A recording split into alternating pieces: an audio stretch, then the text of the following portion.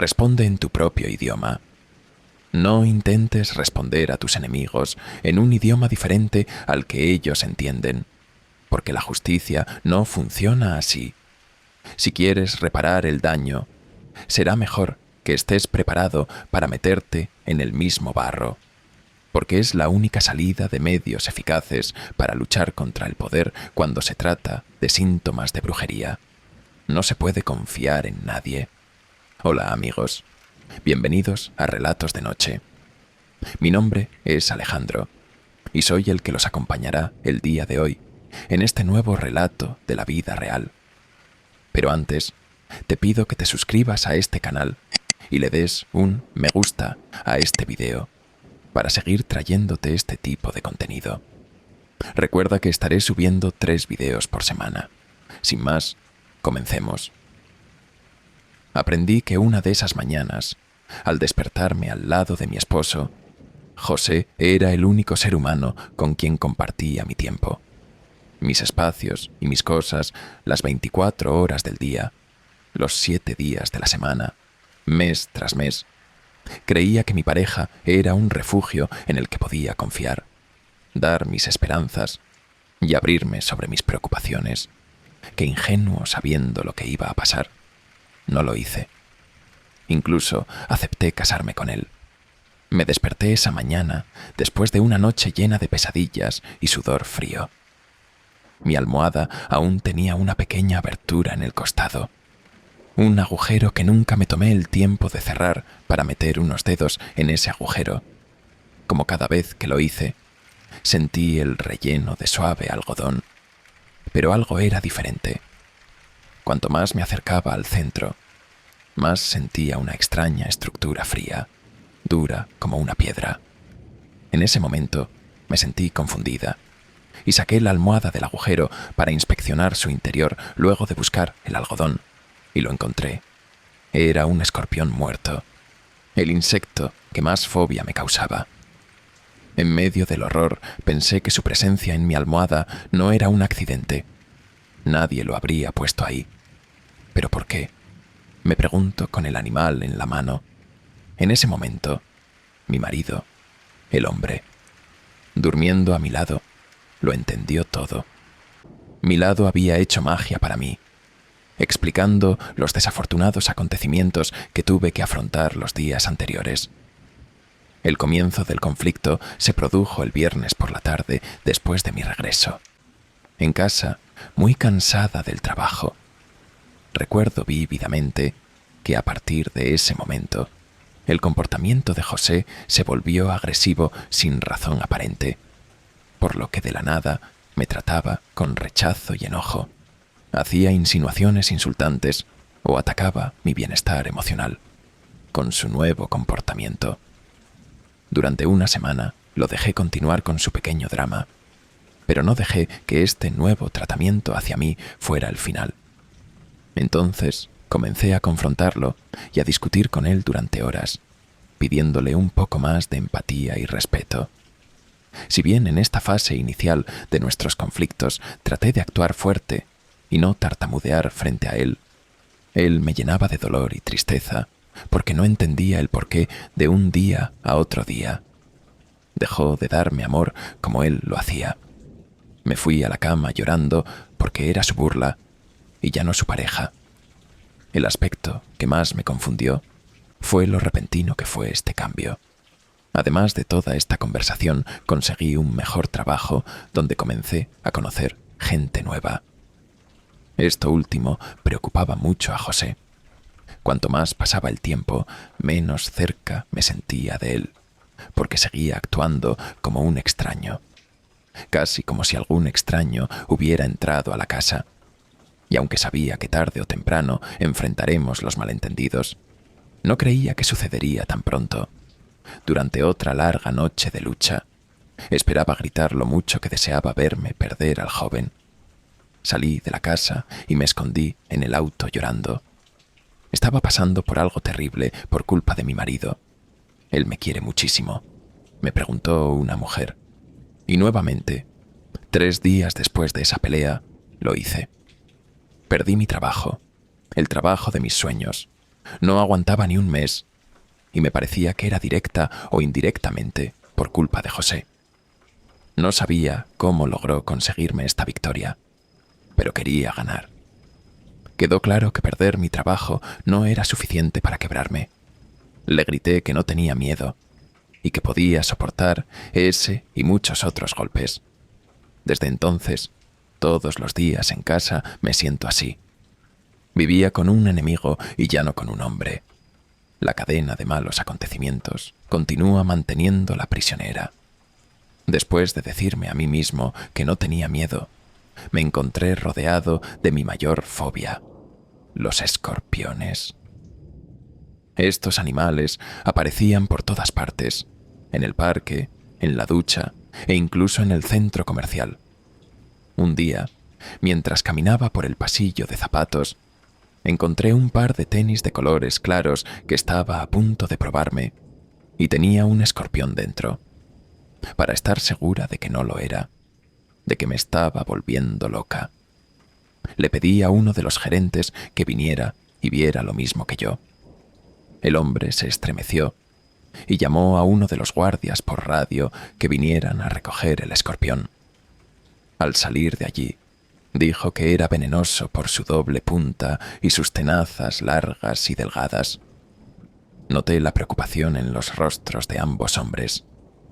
Dijeron que iban a hacer una inspección de emergencia de todos los pasillos. Antes de que lo hicieran, sabía que no iban a encontrar otro porque simplemente me siguieron y yo iba a salir de la tienda. De todas las direcciones que podían tomar estos arácnidos, siempre decidían caminar hacia mí. Tenía que admitirlo ahora. Tenía miedo. Fue en ese terrible período de peste que la crueldad se escondió en mi almohada ese día, cuando descubrí que José estaba haciendo algo. Magia negra para torturarme, no les dije nada. En la mañana, cuando lo vi despierto, hice exactamente lo mismo que siempre le dije buenos días. Y luego encontré una manera de lastimarlo después de eso.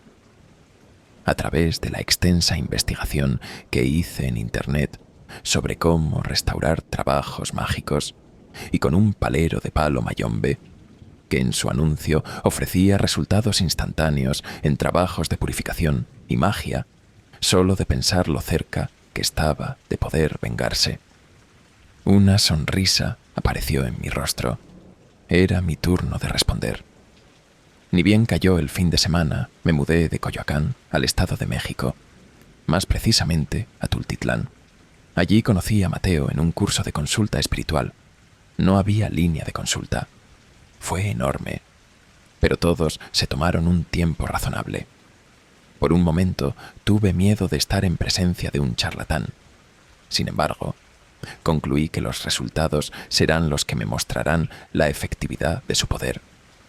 Era mi turno de consultar. Fue la primera vez que me acerqué a alguien que tenía la capacidad de interceder ante espíritus, vasijas, cánticos, hechizos y tambores, mientras me explicaban los extraños sucesos y lo que encontré en la almohada. Mateo me dijo esto. En realidad todo fue una obra de magia. Un crimen negro cometido con mucha conciencia y malicia solo para demostrar que José era el involucrado. Comenzó a consultar algunas preguntas de las cuales solo él era capaz de interpretar las respuestas a través de los caracoles cuando... Las cosas que me quedó claro que Mateo me dio al elegir entre dos opciones posibles, mencionó que normalmente hacer el trabajo para molestar o dañar a alguien implicaba riesgos, además de sacrificios y cuestionamientos a todos los niveles. Sin embargo, dado que la primera persona que envió el daño no fui yo, tenía derecho a revertirlo mediante un ritual de reversión. En base a lo anterior, tuve la opción de enviar el trabajo alegremente y con más fuerza o de espaldas.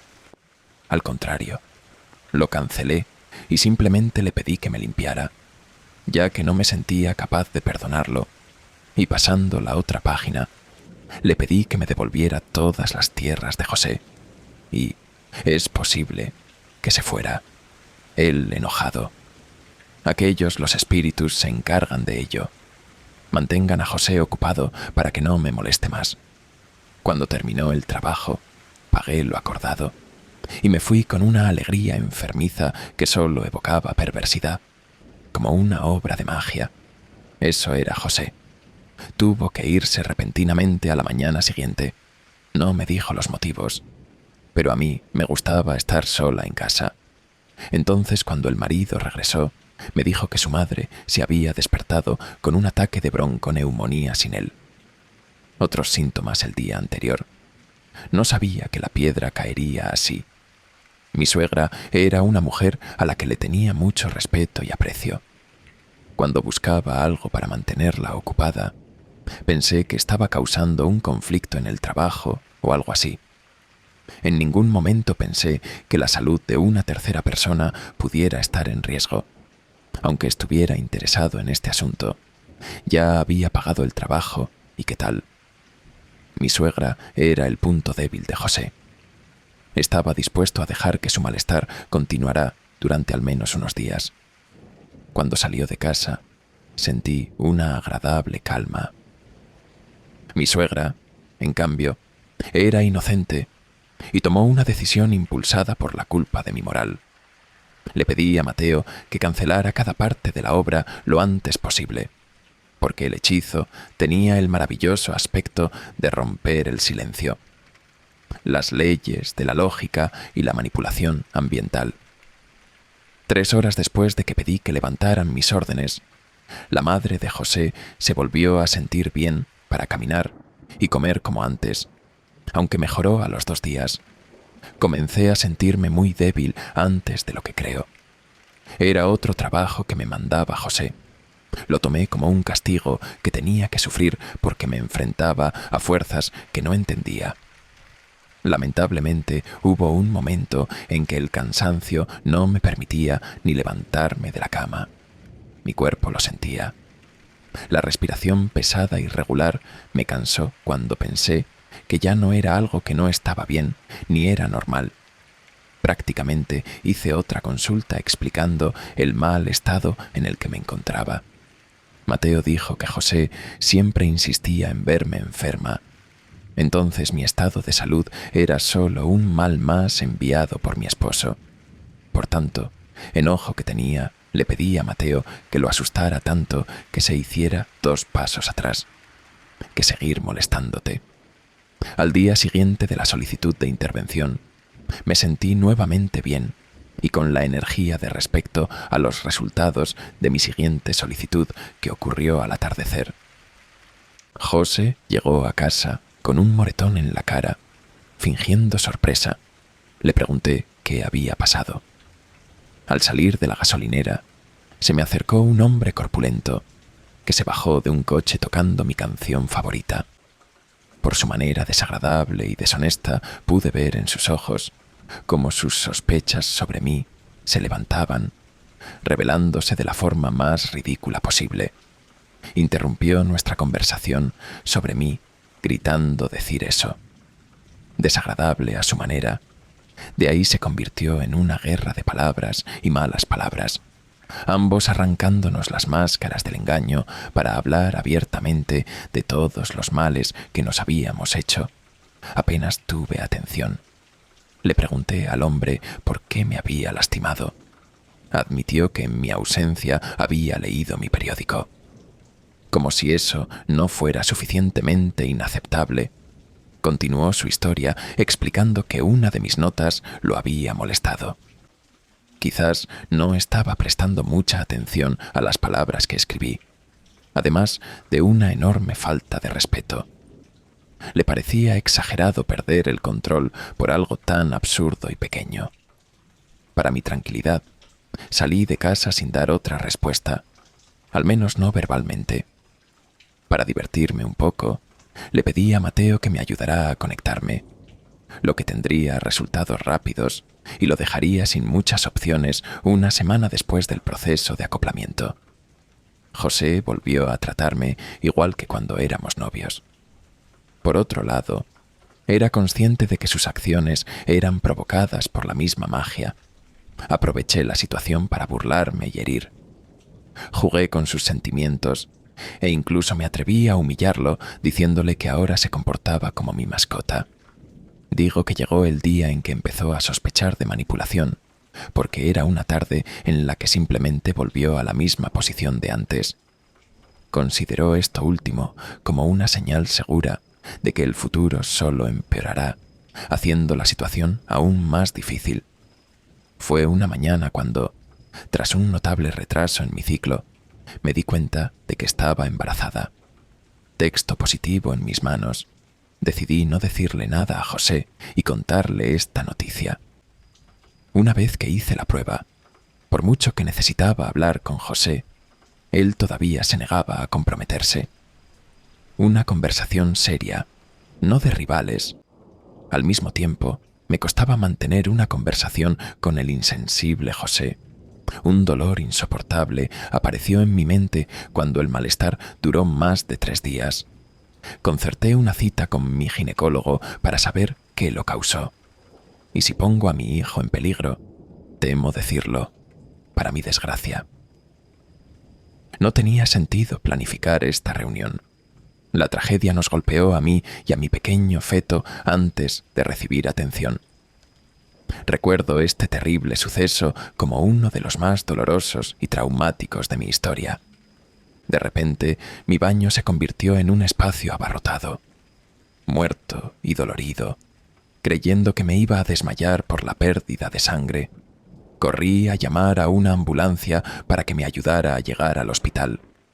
José apareció con una expresión de espantosa culpa más que de dolor o pena. Ni siquiera tengo que preguntar. Su mirada me dijo todo, que en el momento que lo vi entrar le grité que saliera y que no quería volver a verlo. Fui a visitar a Mateo.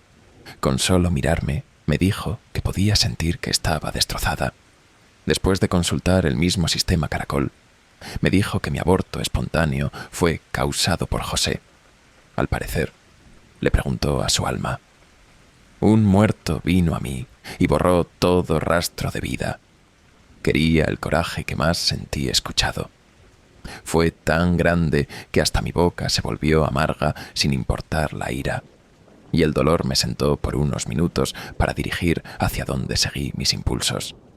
Por una vez antes, en todo este tiempo, perversidad, no estoy de acuerdo.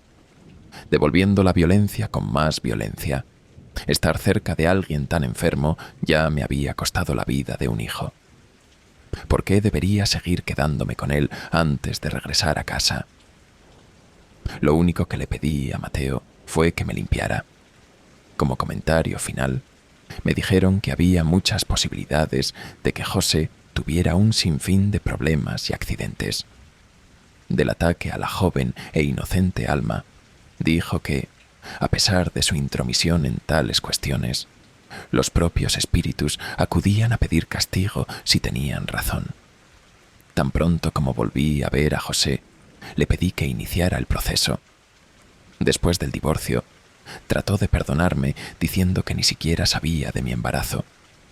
Después de otra ardua discusión, acordamos que el divorcio se concretaría y él se quedaría en casa hasta que encontrara otro lugar donde vivir, ya que Mateo advirtió que en el camino de José se han cruzado tragedias, entre ellas una lesión en la mano, la pérdida del sueño y un segundo ataque en el que también le robaron el teléfono. Entre otras cosas que dijo, advirtió que él y el palerón, asignado para ayudar, su daño sería devuelto multiplicado por 3 como si fuera una especie de efecto espejo. Vi a José enfrentar la misma lucha que vio en mí antes. Perdió hasta su trabajo. Esa tarde se fue furioso, diciendo todo el tiempo que nunca conseguiría un trabajo así. Creo que en otro momento me habría alegrado de verlo superar esto, pero ahora estaba tan alejada de él como honestamente lo estaba. Indiferente a todo lo que le decía, antes de salir de este fracaso le llegó la misma herida que tuvo que afrontar. Solo que en forma de abejas, José desarrolló una fobia después de verla. Uno de sus maestros era atacado por todo un enjambre de abejas por donde pasaba. volando tras él o enredándose en su cabello. Pero para su gran horror, cuando las abejas desaparecieron, su cuerpo comenzó a debilitarse de la misma manera que sucedió cuando lo vi. Tan indefenso en la cama, no se trataba de llevarle comida o preguntarle si podía ayudarlo en algo. En realidad, lo es. No me importa si lo vi allí o si lo vi fallecer una de esas tardes en que estaba paralizado en la cama. Me suplicó que lo perdonara. Fingí no haberlo escuchado durante días. Pasado, se recuperó hasta que se levantó en la tarde y firmamos el divorcio.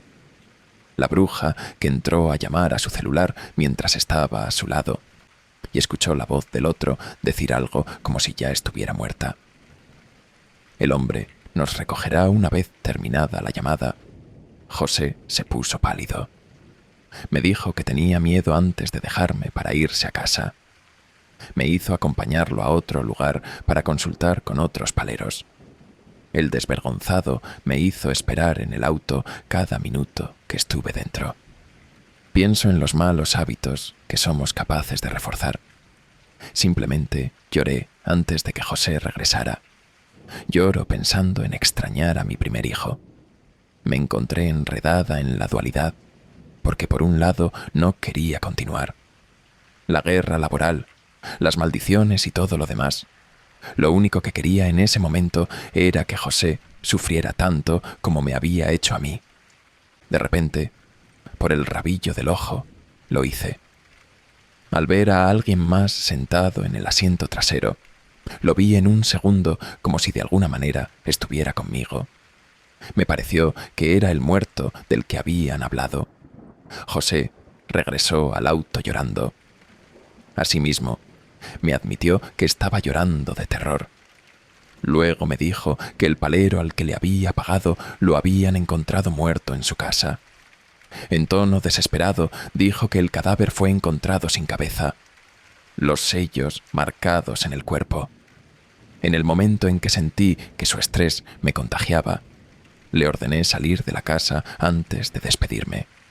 Me ocupé de alimentar su sugerencia contándole sobre el fantasma que se veía en el cuerpo. El auto que fue la última vez que manejé ya estaba hecho. José actualmente se encuentra en cuidado por su familia. Tras sufrir un accidente en el mismo coche, acabó perdiendo ambas piernas. Al final me llena de amargura e impotencia ver hasta dónde puede llegar una pareja cuando hay conflictos y no se aclaran las cosas con tiempo. Un cuento de hadas se convirtió en pesadilla al dejar intervenir la magia negra. Hasta aquí ha llegado el relato de hoy. No olvides antes de irte de dejar tu me gusta y suscribirte. Si este contenido te ha parecido interesante, nos vemos pronto en otro episodio más para el canal. Saludos.